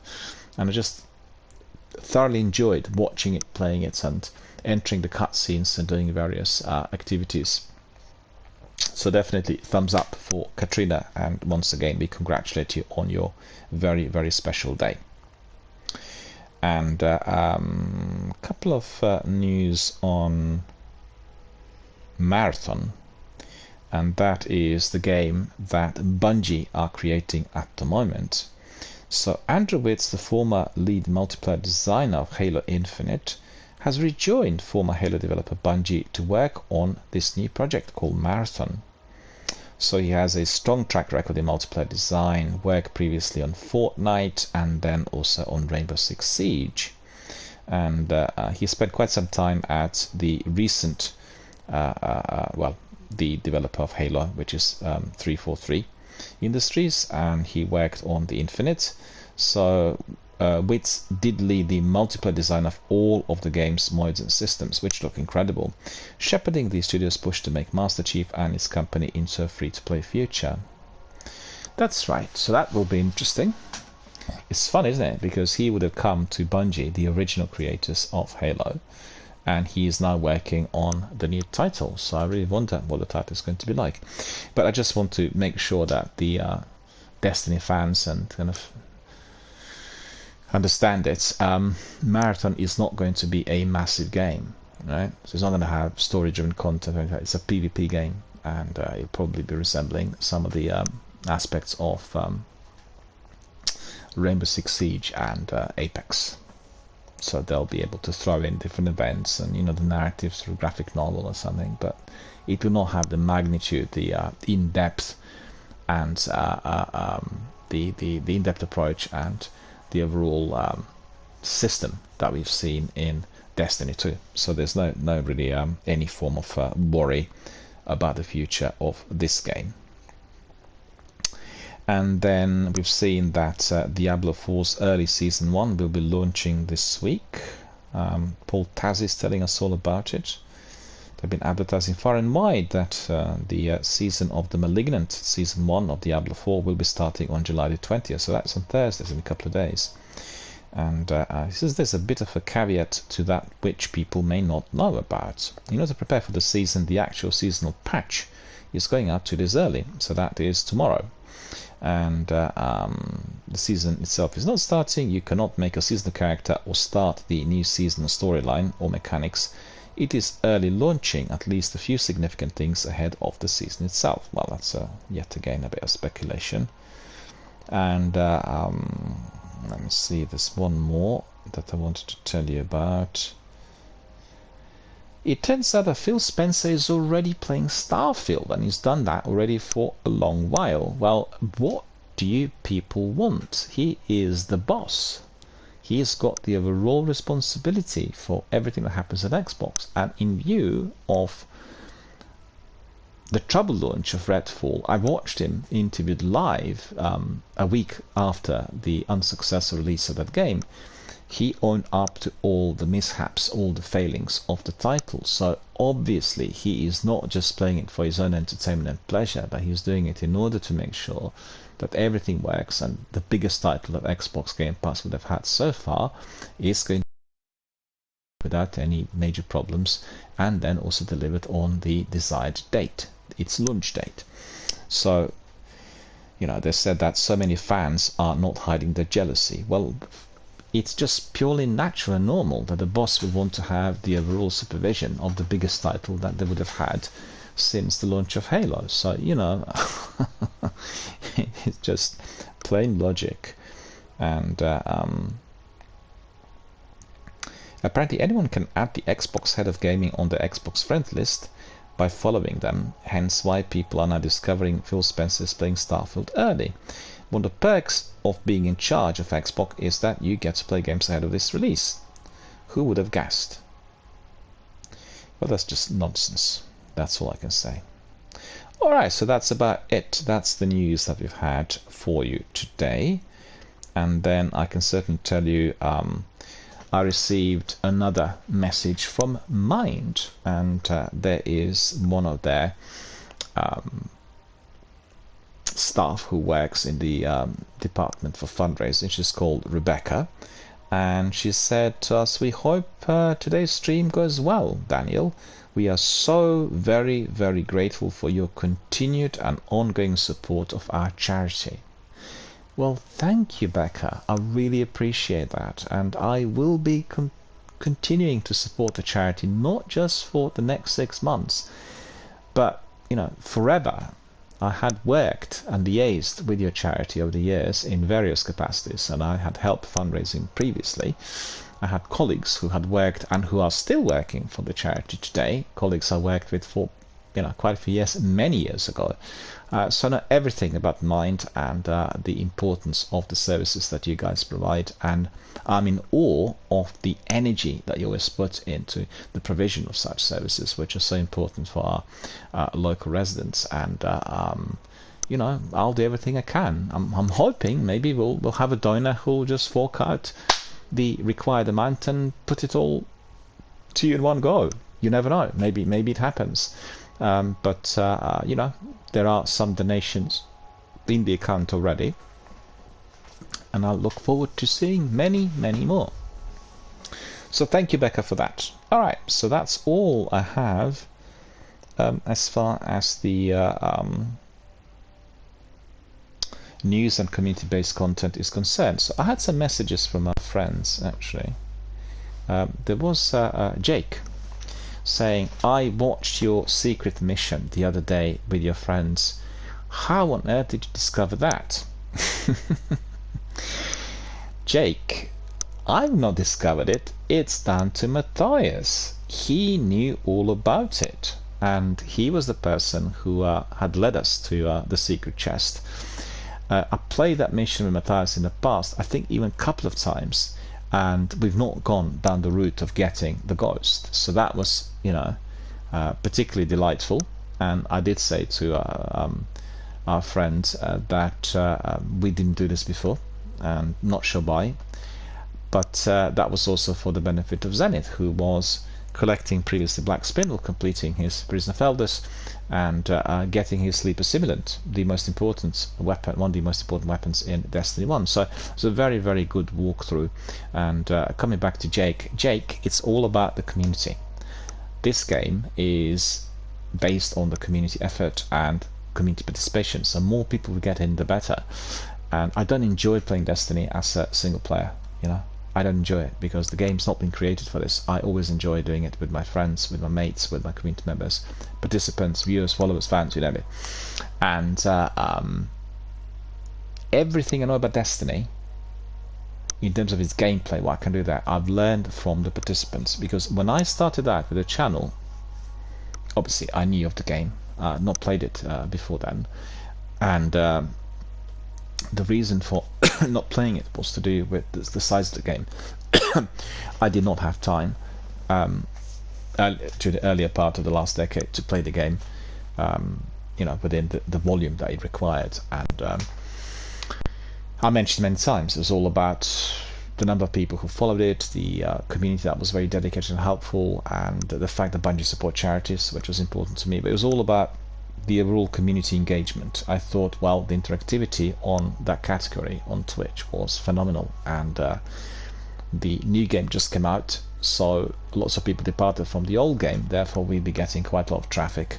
And every day you would have all the veterans just coming in and having a peek to see whether anybody else was out there, and that really helped the channel. Therefore we have some of the most dedicated veterans of this game attached to what we do here on Twitch, and I'm very pleased to confirm that. I'm very grateful to people like Matthias and Captain Jack and Furry Spy. The list just goes on and on. Just forgive me if I had not mentioned other names of people like Deployman and Tonzak and other chaps, Sekapupu.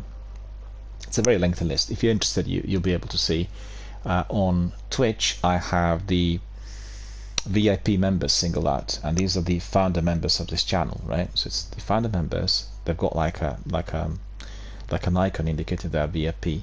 Those are the guys who are the most dedicated veterans of the channel, and people who play Destiny from day one. People know everything about it. So do not feel hesitant if you want to ask questions about secret missions, the collection of dead ghosts, or anything else, Pinnacle weapons. Approach them at any time, whether I'm live online or not. Just click on their names. You'll see it says VIP.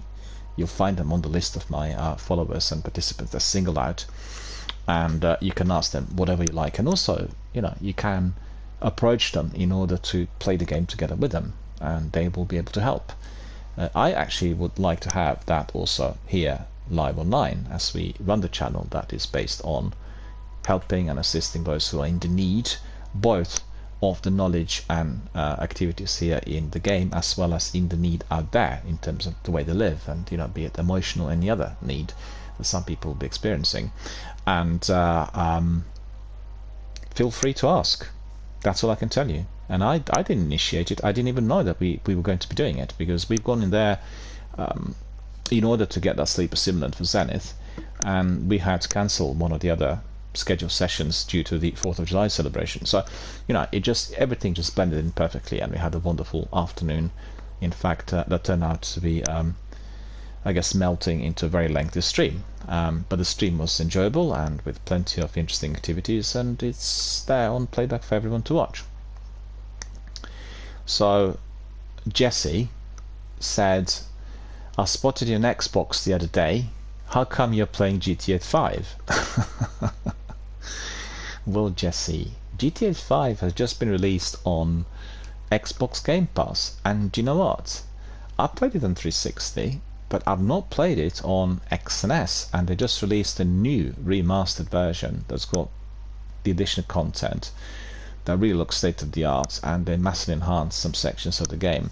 So I'm starting from the scratch, and I'm playing it on Series S, and I will be playing it in order to complete. So I've got two big games to complete. One is Mass Effect Andromeda, and the other one is GTA 5.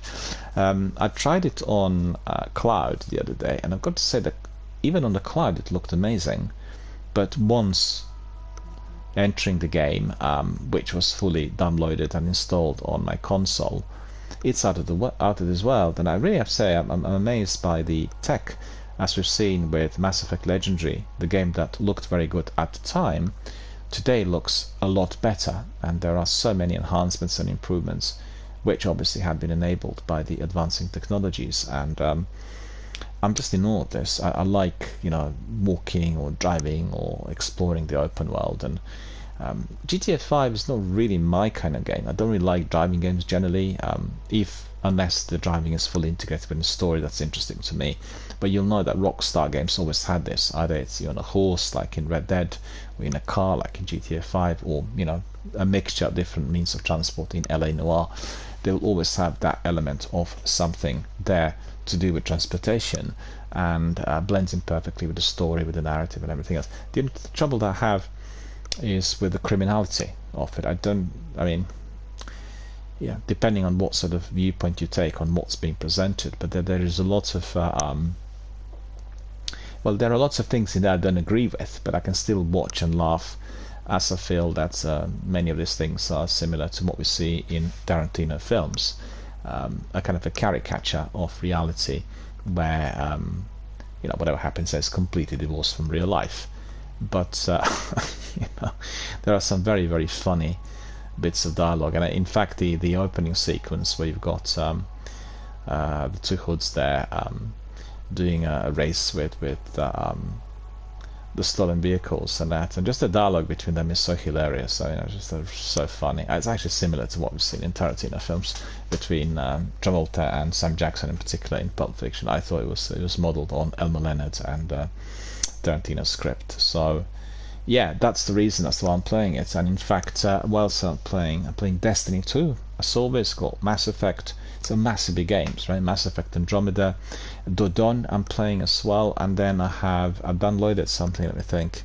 I've got about 5 or 6 games on the Game Pass. I need to look at the games that popped in last week. I've looked at Amnesia, the latest one, and it's very scary.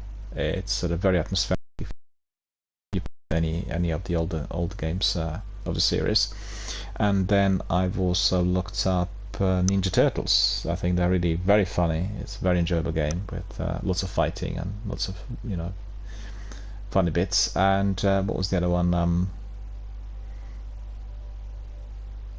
It's probably it. I'm trying to complete Andromeda, but I've done only about 100 hours and still about at least 200 hours left. Massively games, so not much space for anything else. And I have both PlayStation Plus Premium as well as the Game Pass, so it's plenty to choose from. The games I want to play on PlayStation are Lara Croft games. I've not played them at all, and they're all on PlayStation. And then I want to play what is it? Ghost of Tsushima. I need to complete Death Stranding.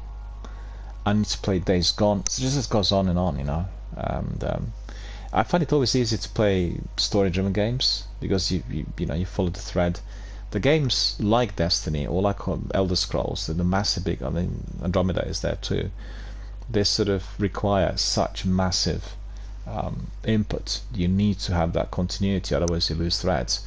Like with the current season of Destiny 2, you've got to be able to do it every week or within a couple of weeks in order to follow the story. And I've got to say, the story is very beautifully told. I really like it. I think that they're really excelling in the current season, probably the best compared to anything they've done since the original game's release. And I kind of look forward to seeing more of this. I think the future of Destiny will have to have that sort of similarity with Elder Scrolls, where you're bringing in all the elements of the other chapters and other parts of the saga, putting into one universe and tying the loose ends together. I also want to see the seasonal content, and that's not just this season, all the seasons all together with story missions and stuff given, to be replayable. Because ultimately, if you are a dedicated Destiny veteran and somebody who likes lore, you don't want to be learning about this through the book which you're reading. You really actually want to be playing it, and you want to have that as the replayable section. I've seen that, for instance, on The Witch Queen and what's the other one? Lightfall. They made the story missions replayable, and also I think on a different difficulty level. So that's quite good. That is something I want to see right from the start. And I'm not exactly sure as to why they were not making them replayable previously. Probably because the idea was for people to go and play strikes. The strikes were based on story missions, the more difficult ones. But I still think that choice is necessary, so people can go to one or the other and then enjoy the activity. Strikes are always enjoyable to play. They're very hard. You do them with your team, and the story missions are necessary for you to remind yourself of what's actually going on, you know, and you can play them chronologically, so that's pretty good. So that's, you know, that's a serious up compared to the past. Okay, so let me think. What was the yeah? There's another question in there saying that was Sally. She has been interested in Tiltify, and she says, thank you so much for talking about gamers and mental health. I had experienced some difficulties at times, and I use professional services to get better. And gaming and the communities on Twitch and YouTube have tremendously helped me when I was going through a bad patch. What has been your experience of mental health field altogether? Well, thanks very much, first of all, for conveying the information, Sally. I'm very grateful for that. First, thank you for your honesty and your openness. I think I am most delighted to hear that, first of all, you managed to get to the bad patch. Secondly, that you find that video gaming community and the you know, the participants on Twitch and YouTube had helped you tremendously with your recovery. And I would imagine that this is to do with your connectivity and the degree of engagement you would have had in order to detach from alienation or loneliness or the pressures that sometimes playing games by yourself could bring. Just assuming, obviously. In any circumstances when you discuss such issues with a supportive community, you get so much feedback from so many different people. It's particularly useful if you are a younger person, somebody who is just, you know, out of their teens and experiencing a bad patch or trouble at college, university, or workplace. When you come into a mature forums group, because the people who are there in their 40s and 50s or 60s, they've already gone through life, and they've seen many of these things happen to them or to others, and they will have many words of wisdom, you know, to be given. So that's also very important to consider.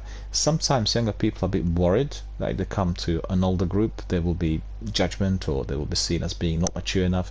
You just forget about it. It's not an issue. Obviously, it depends on what group you come to. To go to a pub and you come across some soccer hooligans or some louds, that's not the group that will support anyone properly. I'm not trying to stigmatize. I'm just saying, you know, the people who have got no interest in any form of average means of support, but rather through the means which I guess I personally wouldn't support. And the question was about my involvement. Well, I'm a senior mental health professional. I worked in the field for many years, and you know, started from scratch. It's very, very basic, and just worked my way up to the position of clinical psychotherapy consultant. I've not worked in that capacity now for some time due to some health issues that I've had, physical health that is, and that was caused by SARS virus, which I caught a number of years ago, that really kind of affected my physical abilities quite considerably. And I guess similar to long COVID would be the best description of symptoms. Not the same, but similar. That required a long-term recovery, and then I've not gone back to my field, and I've been quite diverse and got involved, got connected to many different activities. So that is my position, and I also come from a family where serious illness had been present literally throughout my whole life, and I had experienced illness from a very, very close range. And when you have illness in family, then your perspective on what actually happens is considerably different compared to people who just, you know, watch it on the outside. The other thing that had quite an impact was this dreadful virus, because, you know, by the time I caught the virus and developed symptoms, I would have worked in the field for very many years, and I've had the experience of, well, being a senior professional, somebody who worked with many people with severe, you know, critical kind of difficulties and illnesses as far as the mental health was concerned. So I had this experience and the perspective of both their health, i.e. the recovery, therapies, rehabilitation within an institutionalized setting, and then my own experience of illness within the family. But things changed when I became ill myself physically, right? Because my perspective on what it's like to be recovering had been completely altered. I've gone through the motion of living through, you know, step-by-step recovery that most people who suffer from any serious illness would have gone through, and that changed my perspective on illness therapies and the overall human encounter, the engagement that you have when you are involved in that sort of profession and I'm still going through it, so to speak. I'm still trying to place the piece of puzzle back together to actually see the difference, because the first thing that you notice is you become aware of your mortality, and you also become a bit more sensitive to certain kinds of disclosures. That's not an easy thing to tackle in a therapeutic environment, because you've got to have a degree of detachment. You've got to be observing things from a distance in order to be able to see what's what. And these kinds of changes could affect one's own frame of mind and one's own mindset when you work with people, and that always has to be closely monitored. What I'm trying to say is, if one is to become overly sensitive and starts overly identifying with a particular difficulty, then it's unlikely that that professional will be able to help, because they keep connecting the experience of this other person, i.e. the client, the patient, with their own health or with their own issues, and that's not really something that is productive. It's not therapeutically effective. Anyway, that's not affected me at all anyway, but I'm just sort of raising it as an issue. And yeah, so I hope I answered the question. And also, I had always supported throughout my life charities, and particularly charities that dealt with individuals, adults, who were experiencing mental health problems or disability. So it didn't have to be just a mental health problem. It could be a disability, people previously called with learning difficulties or any other issues attached to that. And I've always been up and about when the help was needed. So my involvement has been lifelong, and I would say a very full commitment for very many years. And I will continue to do that, because with illness, the only thing you can do is remain resilient, and you need to fight it tooth and nail. It doesn't matter what the illness is, but you need to fight it tooth and nail. And I think what people don't realize is, when one becomes ill, the life stops, and the only thing one can think about is how to really fight the illness, what to do in order to get better. And people who have that degree of resilience, stamina and discipline, and people who persevere with the fight, will frequently get really amazing results. And sometimes, in order to do that, one needs a lot of support. One needs to have a leg to stand on, a crutch to use to move forward. And this could be a counselor, could be a psychotherapist, could be another service that is providing that degree of assistance, sometimes on the practical level. And most importantly, I think in our society, lots of people are afraid to ask. Asking for help is seen as a kind of inherent weakness, and that isn't the way it is. That's just a complete misconception. It's a complete prejudice, and I want to say to everyone, never ever feel hesitant if you need to ask for help. Sooner ask for it, the better. Preventative medicine is always the best. If you really nip it in the bud, as we say, if you catch it early, you are going to have a lot more strength compared to when you leave it to last for too long, because you will be too tired, too worn out. I'm talking about mental health problems. And then sometimes the interventions perhaps will have, it'll take too long, much longer than usual had you gone there right at the start. And also, I think with the way the mind works, one can receive assistance and help which will be dispelling the cloud and providing a certain degree of clarity. Anyway, coming back to Sally, that's really all in a nutshell. Also, what I'm doing here is I guess running a bit of an experimental pioneering channel, at which we are trying to connect gamers with mental health. And that means just the joint effort. Doesn't mean that a gamer would have experienced mental health problems, or he would need to have them in order to be here, anything like this. It's just like trying to really join forces to fight the disease and to make the world a better place for everyone. And internet and online gaming provides us with a fantastic opportunity for which we can connect with others. And as I've seen, I've got to say, somebody who's done this sort of thing with networking and connecting in real life for very many years, and to experience it on the global scale with these opportunities where we make separate communities and we support each other for a variety of different reasons, is truly astonishing. I mean, I can say that live streaming and being a member of such communities had completely revolutionized my perspective on humanity. It is incredible, sometimes you'll come across absolutely wonderful people through random matchmaking in Apex or PUBG, and you're amazed how great these people are. and just by pure chance you come across them. In the same way as you could come across some who are really unpleasant and harsh. But my experience generally has been always very positive, and people liked debating, people liked talking about other things which were not just game related. And so it's a fantastic opportunity, and we have to seize on the opportunity. We do not know how long the opportunity is going to be accessible and present, so we really want to use it as much as possible in order to raise the support and in order to provide these kinds of benefits for those who are in the need. And also being able to communicate and connect with people around the world, talk about the way things are, where they live, is giving us a first-hand account of what it's like to be there in that country. And that includes all countries, the countries that live at peace, the countries that are at war, the countries that are presently experiencing massive heat. I remember we were doing Warzone, and I had a couple of people from Italy. Italy was very badly hit during the first few months of COVID, and I realized very quickly they sort of stated that they have COVID, and this was well before the vaccine, and we didn't know how these people were going to be affected, or younger people.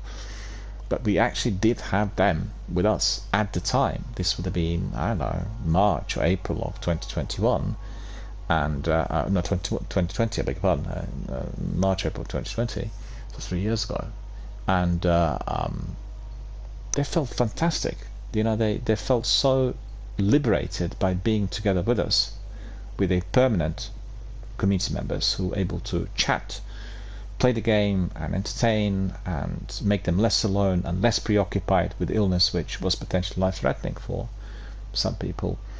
And just a wonderful experience.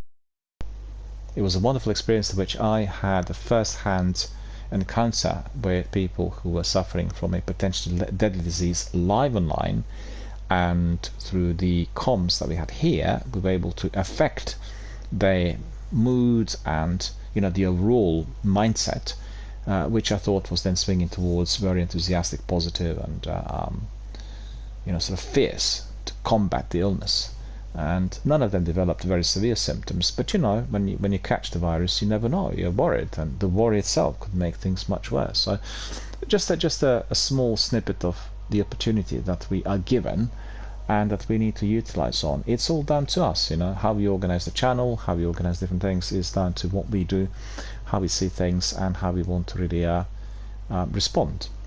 And if people want to make these channels to be nasty, full of swear words and abusive, and well, that's not going to be appreciated by anyone, and nobody is going to be supporting it.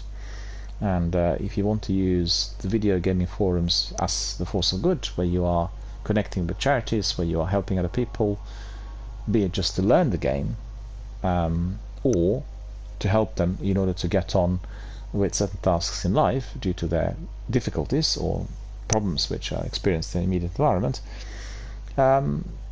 it's just giving us that opportunity. It's noble. You're doing something really good, and everyone should embrace it. Everyone should connect with this and make sure that what you do is going to be giving the good results, and then it will be also initiating changes that will be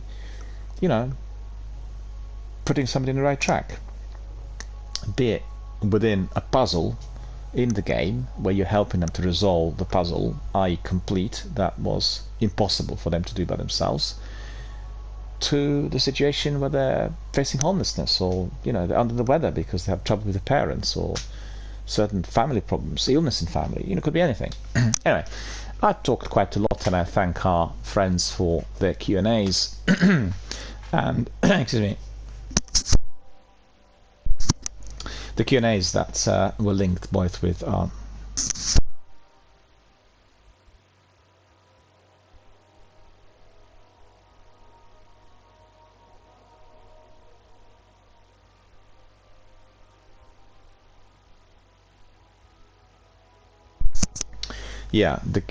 Q&As that linked with the charitable fundraising, as well as with my current gaming and what we do here, really, with Destiny, the secret missions, and our community content. So thank you very much for that. And the time now is basically for us to crack on with Destiny. So let's just crack on.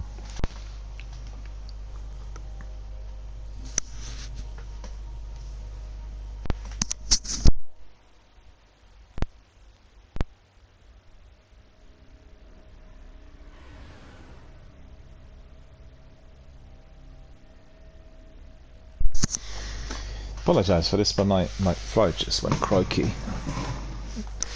out of the blue. Don't know what caused it. Let me see who's out there, if anybody wants to join us. We have Ali in there. Ali, you're watching. Let's see. We'll bring Ali. See whether Ali wants to join us.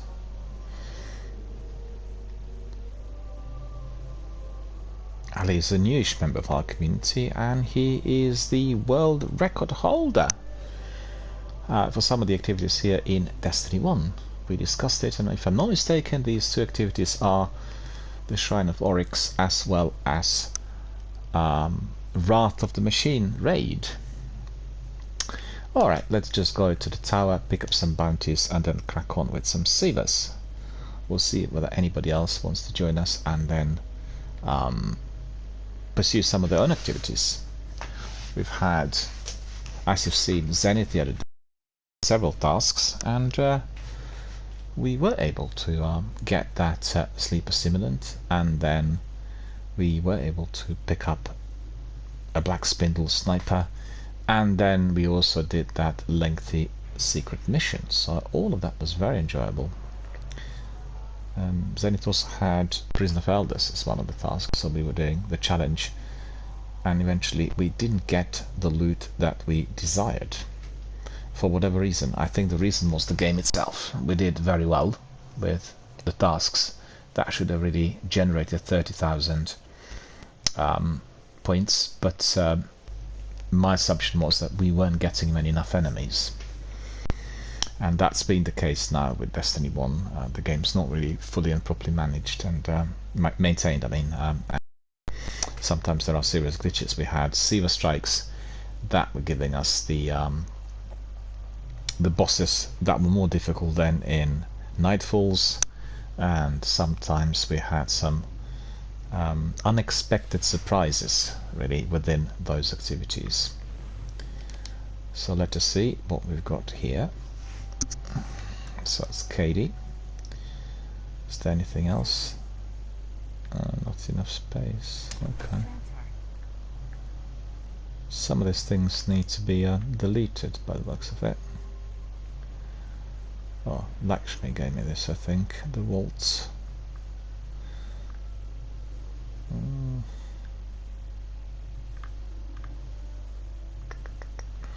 So we got one engram. I was doing that last time, wasn't I? Yeah, okay.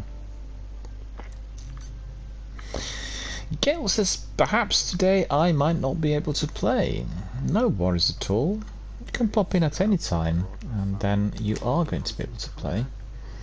Sometimes we've got to do other things as well. Other responsibilities, other chores, other tasks. Sometimes we are with our families, therefore we can't just, you know, swing in.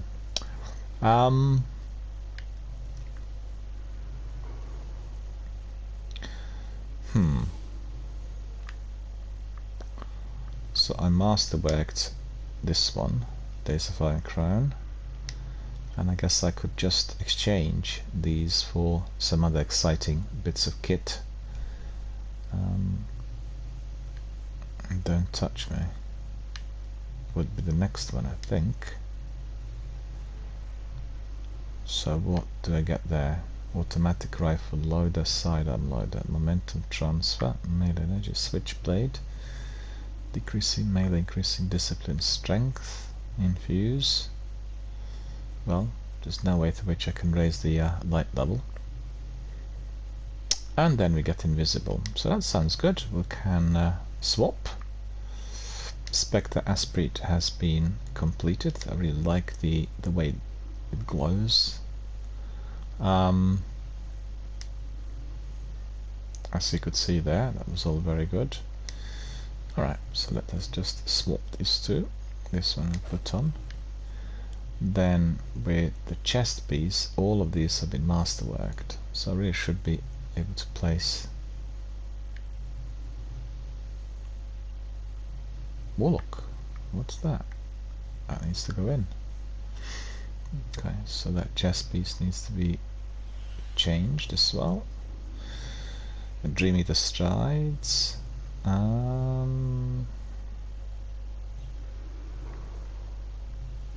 Rack Poltergeist needs to be masterworked. And then with his cloaks, let me see. Maybe this one? Crucible Champion. Alright, let's do that one. That's Crucible Champion.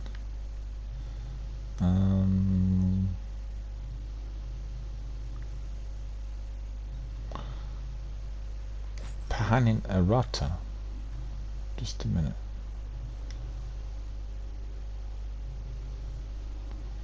Void Accumulator, increase intellect, increase strength. So that should be really completed fast. And then weapons wise, I've got these.